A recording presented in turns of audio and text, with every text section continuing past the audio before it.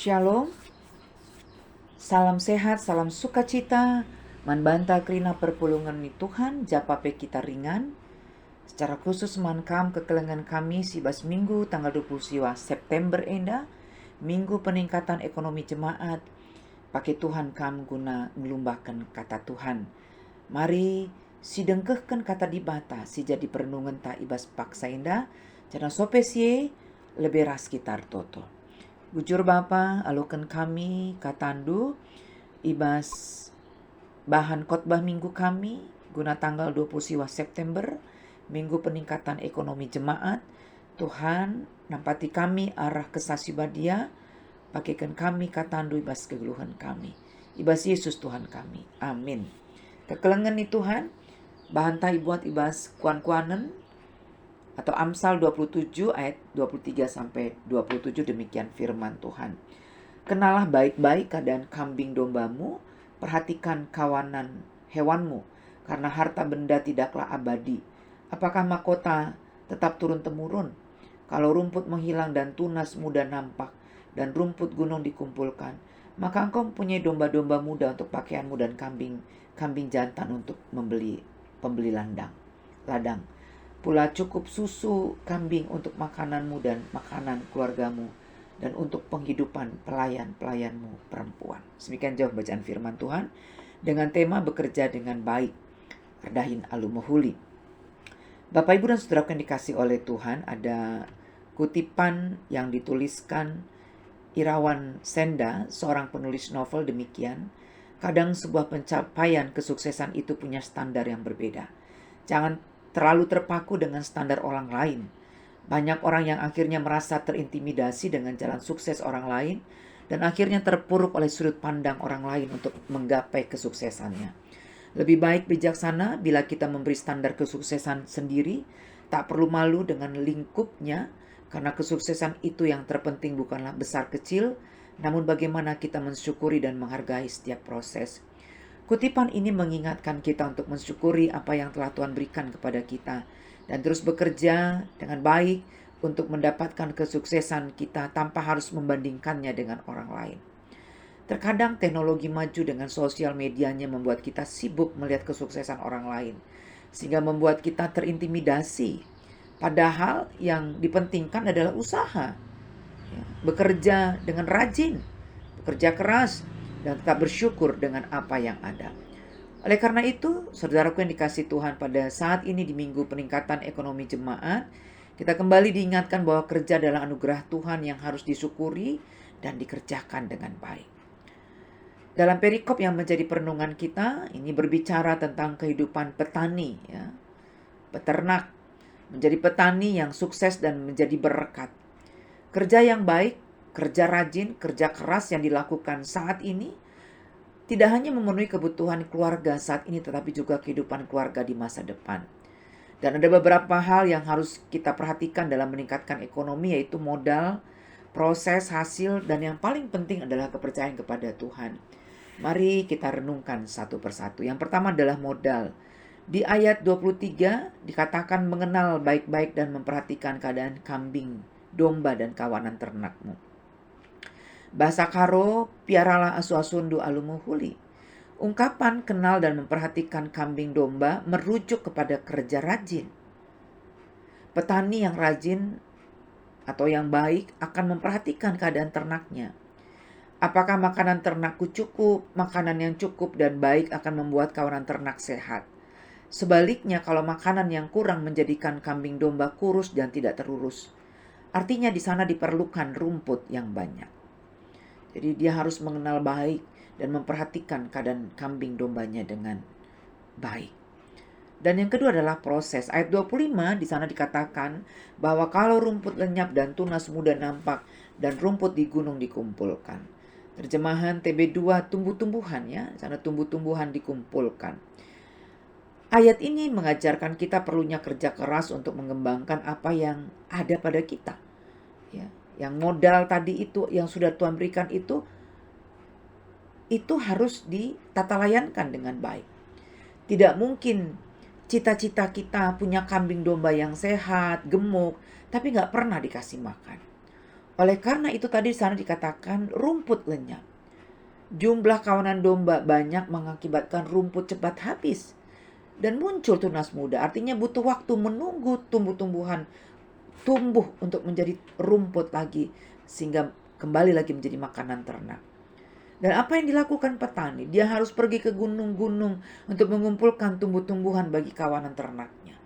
Kebutuhan kawanan ternak terhadap makanan tidak bisa ditunda. Itulah artinya perintah kenallah dan perhatikan kawanan ternak. Mengenal dan perhatikan kawanan kambing domba berarti memperhatikan kebutuhan nutrisinya dengan baik. Dan yang ketiga adalah hasil. Saudaraku yang dikasihi Tuhan, kita sering mendengar istilah usaha tidak pernah mengkhianati hasil. Usaha dan kerja keras mendatangkan hasil yang maksimal. Peternak menghasilkan domba-domba dengan bulunya yang dapat diolah untuk pakaian. Dan ternak juga dapat diperjualbelikan untuk membeli aset yang lain. Artinya kambing domba yang jantan ya, itu diperjualbelikan untuk membeli aset. Itu untuk investasi masa depan, dalam hal ini ladang. Tetapi kambing domba yang betina itu tidak diperjualbelikan karena dipakai untuk mendatangkan keturunan. Ya, ada kambing domba yang lain dilahirkan dari kambing domba yang betina. Kebutuhan hidup tercukupi untuk keluarga dan bahkan menjadi berkat bagi orang lain, yaitu mencukupi kehidupan pelayan-pelayan perempuannya. Kata kerja rajin ya, kerja rajin petani di masa sekarang memberi jaminan untuk kecukupan dan keberlangsungan keluarga. Karena di ayat 24 di sana dikatakan harta benda tidak abadi. Harta benda cepat habis untuk memenuhi kebutuhan keluarga. Bahkan teks mengatakan anak raja yang sudah pasti menjadi raja menggantikan ayahnya tidak dapat dipastikannya. Belum satu jaminan dia akan dilantik menjadi raja. Mahkota tidak turun-temurun. Sebaliknya kawanan ternak yang dipelihara dengan baik akan berkembang baik dan bertambah jumlahnya. Oleh karena itu daripada mengandalkan harta benda, petani atau peternak harus bekerja keras dengan rajin untuk memenuhi kebutuhan keluarga sekarang juga dan keberlangsungan di masa depan. Kecukupan keluarga diperlihatkan melalui satu dulu kecukupan pakaian. Ayat 26, petani mempunyai banyak domba yang siap bulunya diambil untuk dijadikan pakaian. Dia tidak perlu membeli bulu domba dari orang lain untuk dijadikan pakaian. Dari dombanya juga sudah cukup. Petani mampu membeli ladang. Petani mampu berinvestasi dengan membeli ladang. Penambahan lahan melalui pembelian ladang baru semakin lagi menambah kebersediaan bahan makanan. Oleh karena itu Amsal 12 ayat 11 dan juga pasal 28 ayat 19 di sana dikatakan siapa mengerjakan lahannya akan kenyang dengan makanan, tapi sebaliknya kemalasan akan membuahkan kemiskinan. Kecukupan keluarga juga diperlihatkan melalui kecukupan susu kambing. Susu bukan hanya untuk diminum tapi juga menjadi makanan. Saking banyaknya susu yang dihasilkan, mereka akan makan dadi atau mentega. Bisa juga keju, yogurt, dan lain sebagainya. Keluarga tercukupi kebutuhannya termasuk para pelayannya. Para pelayan perempuannya turut menikmati kecukupan materi. Dan yang tidak kalah penting adalah penyerahan hidup kita secara total kepada Tuhan. Karena tidak ada yang abadi di dunia ini termasuk harta benda yang kita kumpulkan. Hanya Tuhan yang kekal dan abadi. Harta benda kita butuhkan untuk kelangsungan kehidupan kita. Tapi jangan pernah kita lupa pada Tuhan sang pemberi berkat dalam hidup kita. Kalau kita membaca dari Kisah Para Rasul yang menjadi ogen kita, pembacaan firman Tuhan yang pertama, Kisah Rasul 20 ayat 32 sampai 35. Ini merupakan kata-kata perpisahan Paulus kepada penatua-penatua di Efesus. Di sana Paulus memberikan motivasi dan teladan bahwa dalam pelayanannya Paulus tidak money oriented. Motivasinya dalam melayani bukanlah untuk mengejar materi. Bahkan dia bersama rekan sepelayanannya berusaha untuk tidak menjadi beban bagi jemaat. Di sela-sela pekerjaan utamanya sebagai pemberita Injil, bila ada waktu luang, Paulus memanfaatkannya dengan membuat tenda. Sehingga tidak ada waktu yang terbuang percuma. Paulus adalah seorang pekerja keras yang tidak mau bergantung pada orang lain untuk memenuhi keperluannya. dan keperluan timnya untuk melayani. Bahkan Paulus bisa membantu orang-orang yang lemah. Dengan bekerja keras kita menjadi berkat bagi orang lain dengan cara membantu orang-orang lemah. Oleh karena itu Paulus mengutip perkataan Yesus dengan mengatakan lebih kita berbahagia memberi daripada menerima. Malemen meate mere asangken ngalo. Juga di Lukas 19 ayat 13 yang menjadi bahan invokasio kita. Teks ini merupakan bagian dari perumpamaan tentang uang mina di mana seorang bangsawan berpergian ke sebuah negeri yang jauh untuk dinobatkan menjadi raja. Sebelum berangkat dia memberikan 10 mina kepada mereka. Pakailah ini untuk berdagang sampai aku datang kembali. Rupanya ada yang sungguh-sungguh mengelola apa yang telah diberikan bangsawan tersebut. Ya, dikatakan di ayat 16 menghasilkan 10 mina dan dia mendapatkan kekuasaan atas 10 kota.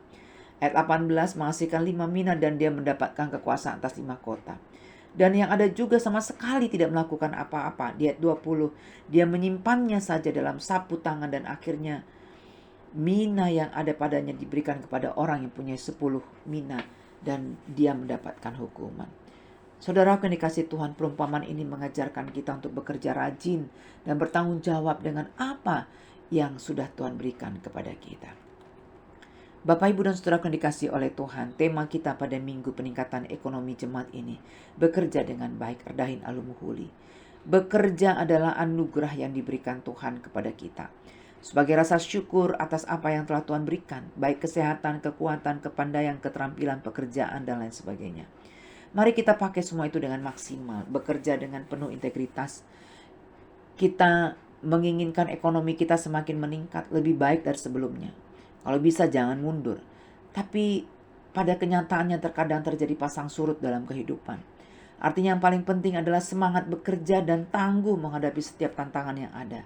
Jangan pernah kita putus asa. Prinsip etos kerja 4As, kerja keras, cerdas, tuntas, dan ikhlas menyemangati kita dalam bekerja dan berusaha. Bekerja bukan hanya untuk memenuhi kebutuhan dan keinginan hidup kita, tetapi juga menjadi berkat bagi sama yang membutuhkan. Sebagaimana ajaran reformator Johannes Calvin, bahwa bekerja bukan hanya sebagai vokasi, ya. Tenaga kerja yang terampil, ahli di bidangnya, siap bekerja dan mampu bersaing secara global. Tapi bekerja adalah sarana bagi manusia untuk bekerja, dapat melayani sesama dalam kasih dan keadilan. Sehingga pekerja Kristen tetap dapat memuliakan Tuhan melalui pekerjaannya. Semboyan laborare es orare, bekerja adalah berdoa, mengingatkan kita bahwa apapun yang kita kerjakan, ya, pekerjaan yang positif sama nilainya dengan doa kita ataupun ibadah kita kepada Tuhan. Semboyan yang kembali muncul sekitar abad 17-19 karena etos kerja Calvinisme yang mendasari pemahaman Solidio Gloria. Semua demi kemuliaan Tuhan. Memang dalam teologi Calvin Solidio Gloria sangat penting. Karena semua yang telah Tuhan berikan dalam kehidupan kita harus kita pertanggungjawabkan untuk kemuliaan Tuhan. Jadi ketika kita bekerja dengan baik, maksimal, bahkan berintegritas, sama halnya dengan kita beribadah kepada Tuhan. Dengan demikian, kita bekerja keras, bekerja dengan baik, tujuan utamanya bukan untuk kaya secara materi, tapi untuk memuliakan Tuhan. Ketika Tuhan memberikan kekayaan materi melalui kerja baik kita, kerja rajin kita, kerja keras kita, itu telah bonus yang dipercayakan Tuhan kepada kita, agar dapat kita kelola dengan baik sehingga dapat disalurkan juga untuk membantu orang lain yang membutuhkan. Kita sebagai orang karo pada umumnya pekerja keras, erdahin alur bintuas, tapi jangan sampai jatuh kepada pemahaman bekerja tanpa henti untuk memenuhi kebutuhan hidup, sampai-sampai tidak ada lagi waktu untuk beristirahat, berkumpul dengan keluarga, bahkan tidak sempat lagi beribadah, bersyukur kepada Tuhan. Hidup ini harus seimbang, ya. Baik dengan bekerja, pelayanan bersama-sama dan dengan keluarga, juga ada istirahat kita. Ulah sempat taruh ngayak-ngayak siman tadingenken, tading siman ayaken, mekini tekenta. Sebab banyak pengaruh negatif zaman canggih saat ini yang mendorong kita untuk mendapatkan kekayaan materi dengan cara-cara instan. Baik itu pengedar narkoba, pinjol, judi online, ataupun akhirnya kita jatuh pada lebih besar pasak daripada tiang. Tuhanlah menolong kita untuk tetap melakukan apa yang baik dan benar demi kemuliaan nama-Nya. Mari kita berdoa. Terima kasih Tuhan untuk firman hidup yang sudah kami dengar. Tuhan menolong kami untuk dapat melakukan firman-Mu dalam hidup kami. Oleh karena itu biarlah Tuhan memberikan ketaatan kepada setiap kami. Dalam nama Yesus kami berdoa dan bersyukur. Amin.